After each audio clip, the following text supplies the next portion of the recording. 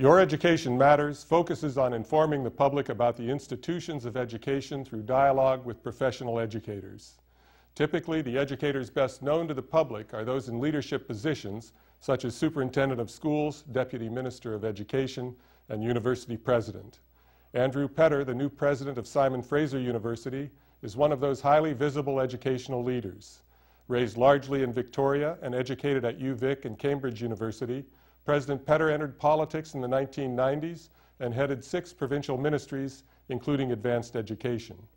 Subsequently, he served as Dean of UVic's Faculty of Law. His background in politics, law, and universities gives Petter a unique vantage on the office of President. We are interested to know his appraisal of the status quo in BC higher education and his vision for his term of service at SFU. To explore such issues, we welcome President Andrew Petter to Your Education Matters.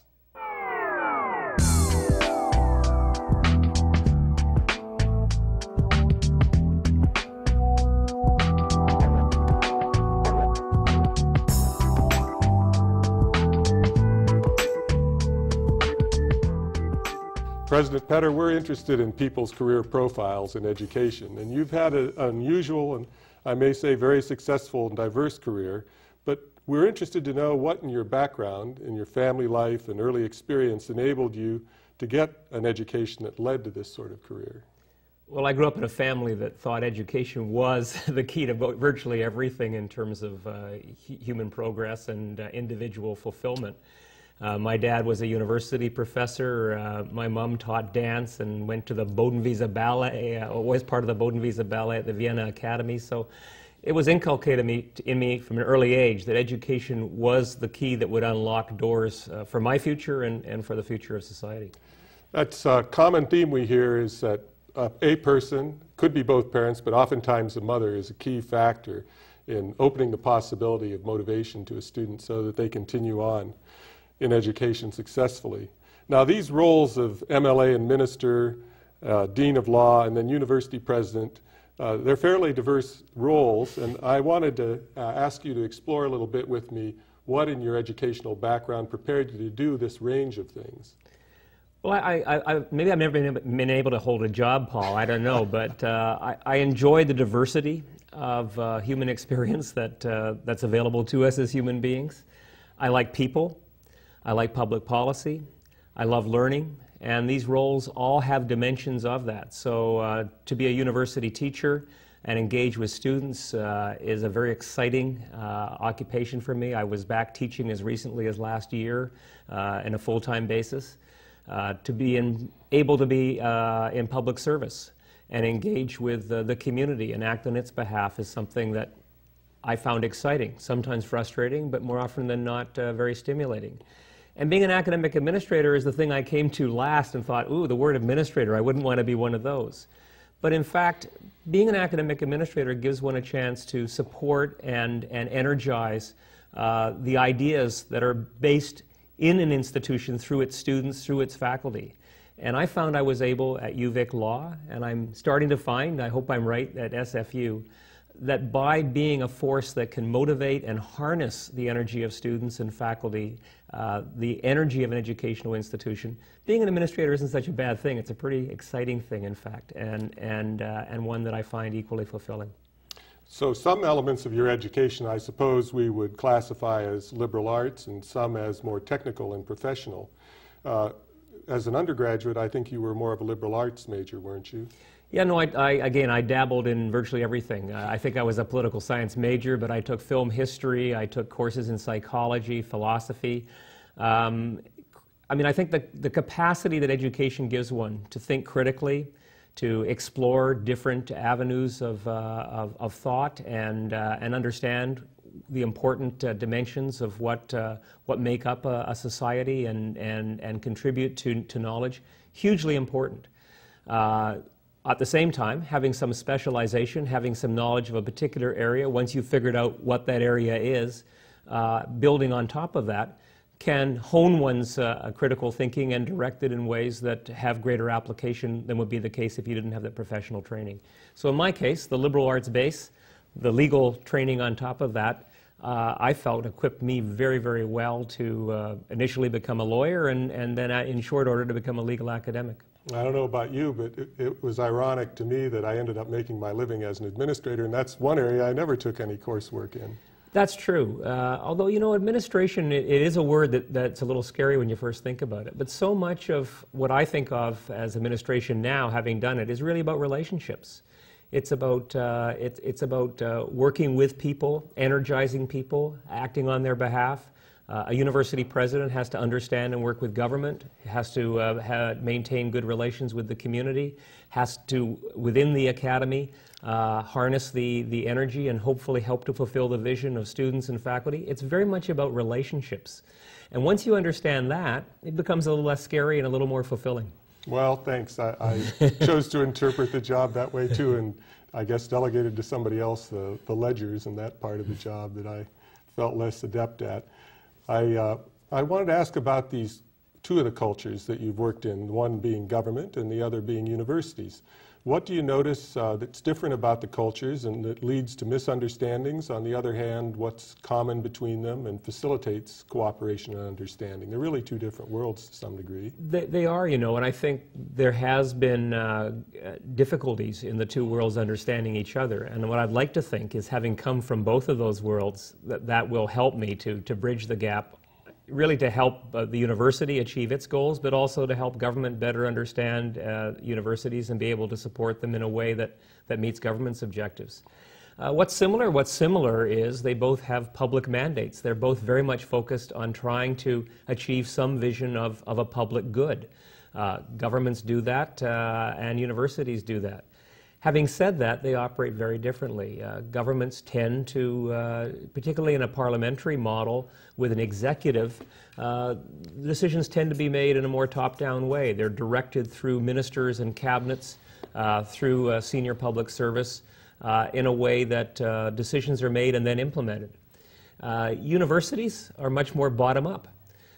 Much more of a community. The whole tradition of collegial governance is something that perplexes people in government and people who come from government into universities.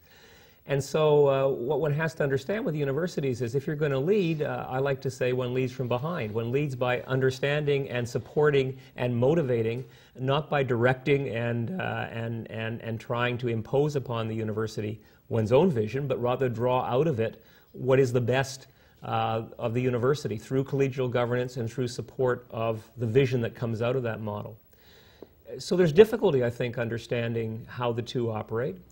I also think there's frustration within government, because I think government is the main supporter of public education.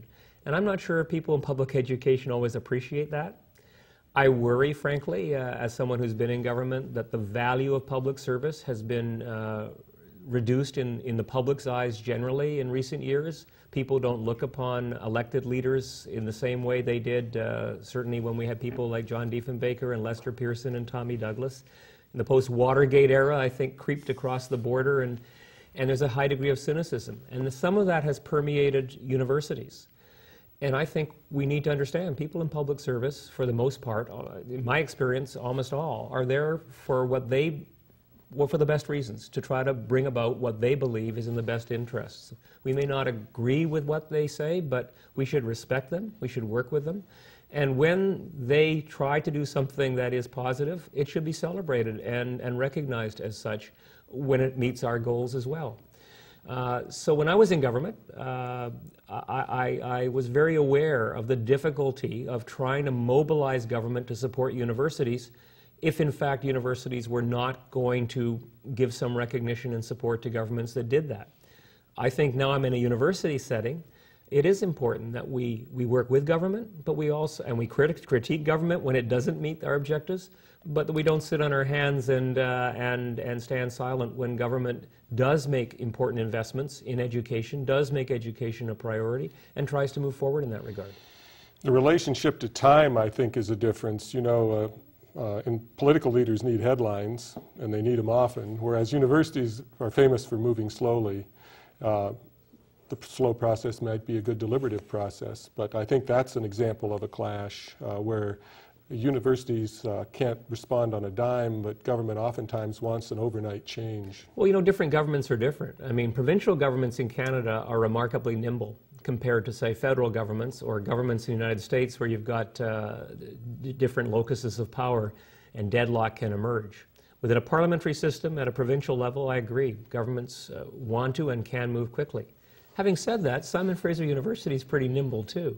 In fact, one of the strengths of Simon Fraser University has been its ability to be flexible, to be responsive. So I think there may be more in common there with this university at least and government. Well, I think a lot of that at SFU is dependent on trust. I saw a number of things while I was dean where the faculty senate did concur with the administration, took risks because they had faith in the leadership, and therefore they were able to be nimble, as you're saying. So I agree with you that SFU has been able to make some of those quick responses. Well, a really good example of that would be the campus in Surrey, where government was looking for a solution to what was going to happen to that campus. It was previously going to be Tech BC. Simon Fraser previously had not had aspirations to locate in Surrey, and yet somehow the two came together. So there's an example of exactly what you're saying. Fraser International College was a big gamble, a wise one, that was taken, I thought, because the faculty had confidence in the administrators who were knowledgeable in the area of international, and they gave them the right to go ahead with what has turned out to be, I think, an excellent experiment. Now, the role of university president, to get a little more specific in these relationships, do you think it's changing, has changed? Was there a golden age of university presidents when they pontificated widely and were not accountable to public opinion? This is your first presidency, and it's a big job at a big university. What are some of your thoughts on the presidential role at this point? Well, first of all, I was told this was the golden age of university presidents when they hired me, so I'm shocked to think it might not be. Look, I think the role has changed. I think, you know, we lived in an era previously where maybe university presidents, and I'm thinking back 20, 30 years, could count on government funding to a greater extent than is the case now, could be more inwardly focused perhaps. Clearly now universities are much more exposed to the competitive environments of the marketplace in the sense that much of our funding now has to be derived from non-governmental sources. In the case of Simon Fraser particularly, but not exclusively, the relationship with community is essential. We're no longer the ivory tower, if we ever were. I don't think Simon Fraser ever was, but to the extent it was the university on the mountain, it's come down from the mountain and very much is in community. Even on the mountain, it's in community programmatically in a lot of ways. So the role of the university president is much more outward-looking. It's much more engaged with the community. It involves much more interaction with government because government's not to be taken for granted, nor should it be. It requires more activity in fundraising and relationship building to bring in the necessary resources. Having said that, I'm the kind of person who likes being outward-looking. What I really believe in is important in the university, in addition to the education of students, which is our core mission, research, which is hugely important as well. But what I really like is the university's relationship with all the larger community, with government, with all the players. That excites me. It gives an added dimension to education for students who are in co-op programs, for faculty who are doing research in the community, and for a university president who's out there talking about why universities really matter to the larger community. So you may have heard me say this, but I think Simon Fraser is an exciting opportunity for me and for us all because it is student-centered, research-driven, and community-engaged. Okay, we'll pick up those themes in just a moment. Thank you, Andrew. We'll be back in a moment. For more than 40 years, the Faculty of Education at SFU has been delivering academic programs that are innovative and responsive. Based on the academic research of our professors and the expertise of practice teachers from your communities, our programs are designed to meet classroom needs.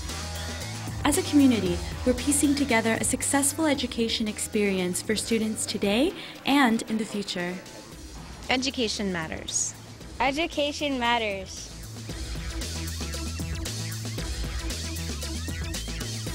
Welcome back.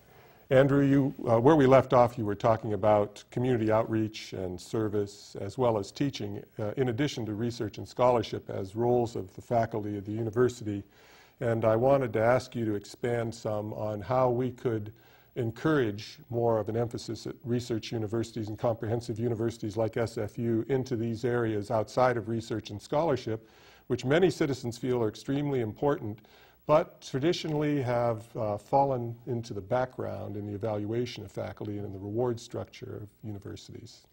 Well, I guess where I'd start with is to say one of the reasons I wanted to come to SFU, and it's been affirmed because I've been going around department by department, is that in fact at SFU there is a continuing very strong commitment to teaching and an extraordinary expression of community engagement through the co-op program, but also through research and other activity. So although I don't disagree with you that the reward structure does privilege research or make it easier to evaluate research, SFU is an example of an institution where the culture is still pretty supportive of the value of teaching as a central component of what universities are about, and the community connection. I would say SFU is more community oriented than virtually any other institution of its size, certainly in Canada. So how do we affirm that? Well, you hire a president who believes that as important as research is, it's no more important than teaching. And as important as the university is, its importance is amplified and made greater by connection with community. But it doesn't take one person, obviously. What I'm hoping to do, and I'm challenging the university to do with me, is to develop a strategic vision around the value of teaching, around the value of community engagement, as well as around the value of research. How do we articulate our vision in a way that celebrates those three dimensions? And I believe if you have that kind of vision, and if the community sees it, both internally and externally, the instruments will be found. And you're the professional educator, Paul, more than me, but I'm convinced the instruments will be found that will align with that and reinforce the value of all three of those dimensions as we go forward. Well, I hope so, because I think besides its social utility, there's a great deal of satisfaction available for faculty members, you know, if they contribute in these ways. There's an immediacy and personal return on the areas of community service and teaching that I think humanize the job and keep you invigorated throughout your career. I completely agree with that, and actually that's what gives me even more hope. Those faculty members who do take their teaching or their research into the community come away with a sense of fulfillment and accomplishment that is that much greater. And so I think if we can inspire people to do that, if we can inspire some of our best researchers to get back into first-year classrooms if they aren't already there, I think they will find that being challenged by undergraduate students who've just come out of the community and asked those fundamental questions can be very rewarding. I was myself last year in a first-year constitutional law class. I've never enjoyed teaching more. And so if we can regain that sense of excitement amongst those who may have lost it and affirm it for those who still have it, I'm very hopeful. Well, your comments about undergraduate are very germane for SFU because it's become such a major factor in the undergraduate presentation of education in BC with such large incoming classes year after year. In that context, I'd like you to give us a picture of the landscape of BC higher education and how SFU fits into this. There's been a lot of changes just in the last few years, the creation of a lot of new universities and other things have happened. So where's SFU's place in all of this? Well, I guess the first thing I'd say is it's a pretty good picture, and I think the government can take some pride in the fact that 3 of our research universities have just been ranked in the top 200 universities in the world, not just in Canada, but in the world. That's pretty extraordinary. I don't think it's recognized within the province, so often we have to have people outside tell us we're doing a good job. What do I see as the picture of education and where SFU fits in it? Well, we do have, universities that perform different roles. We have, in the case of UBC, a university that is very much building its research capacity, its graduate programming capacity, and is looking very much internationally and is celebrating its accomplishments on the international stage. We have teaching universities that don't do much in the way of research or graduate study. Where SFU fits, and UVic would be the same, is in this category we call comprehensive universities. And I think that's a category that sometimes is overlooked, but I think we overlook it at our peril, because that's the place where the undergraduate students connect with the leading scholars in research in an environment where they're still very much at the center. I mean, at SFU, undergraduate education is the largest form of education, but we also have world-class research. We also have the scholars who come to SFU from all over the world and teach these undergraduate students as a principal activity. And those students also get to participate in all the international opportunities that a research university can provide. So I think the role of a comprehensive university is critical in connecting those undergraduate students who want to go beyond the first degree or want to think beyond the opportunities that they can get in a teaching environment and look at some of the larger opportunities that lie beyond and do it in an environment where they're very much valued as a central preoccupation of the institution. Now, Simon Fraser also has, in addition to being a university that focuses on that kinetic connection between the undergraduate students, the graduate students, and the research, it also has this community dimension, which I think sets it apart from virtually every other comprehensive university in Canada. Come to SFU, not only do you get exposed to the research and the international opportunities, you have a sense of connection with community through a variety of programs, through the situation, the fact we have 3 campuses in Surrey, in downtown Vancouver, in Burnaby. And that community connection, I think, allows students to explore their learning in a way that's more relevant, more exciting. It allows faculty members to engage in research that has direct relevance on the social issues of the day, addressing environmental issues, or helping to build the economy, whatever it is. That community connection is, I think, key. It also means the community looks at the university in a different way.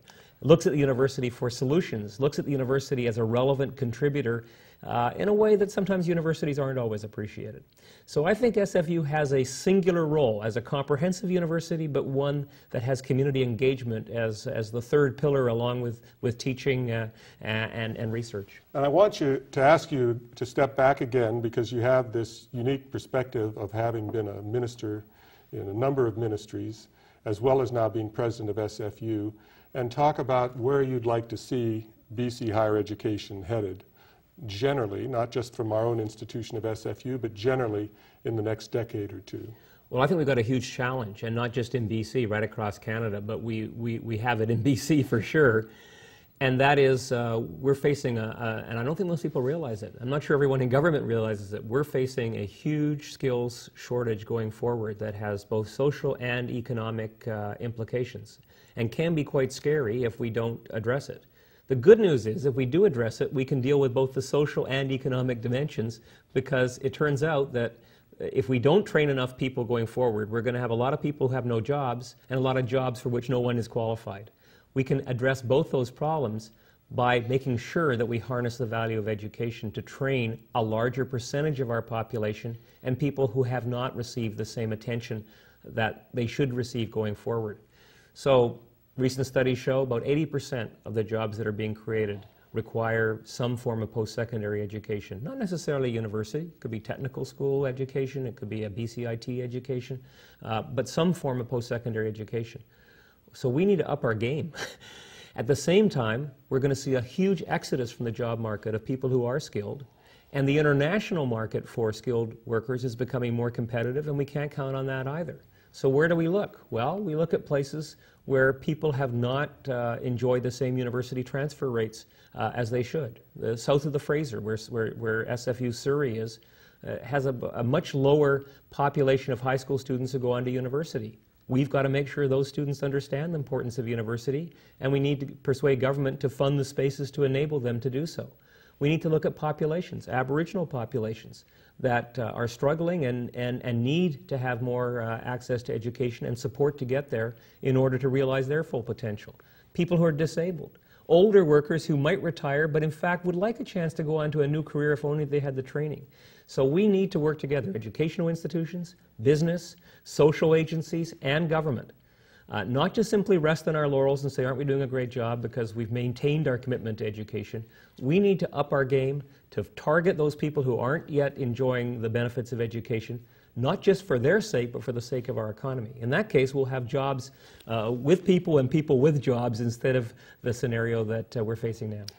Well, thank you for spending this time with us, Andrew, and on behalf of the whole education community in BC, we wish you all the best in your new role. Well, it's important to me, and I just hope I can do justice to it. But it's a great institution, and I really appreciate the chance to talk about not only SFU, but the future of education, which is really the future of us all. Thank you very much. We'll be back in a moment.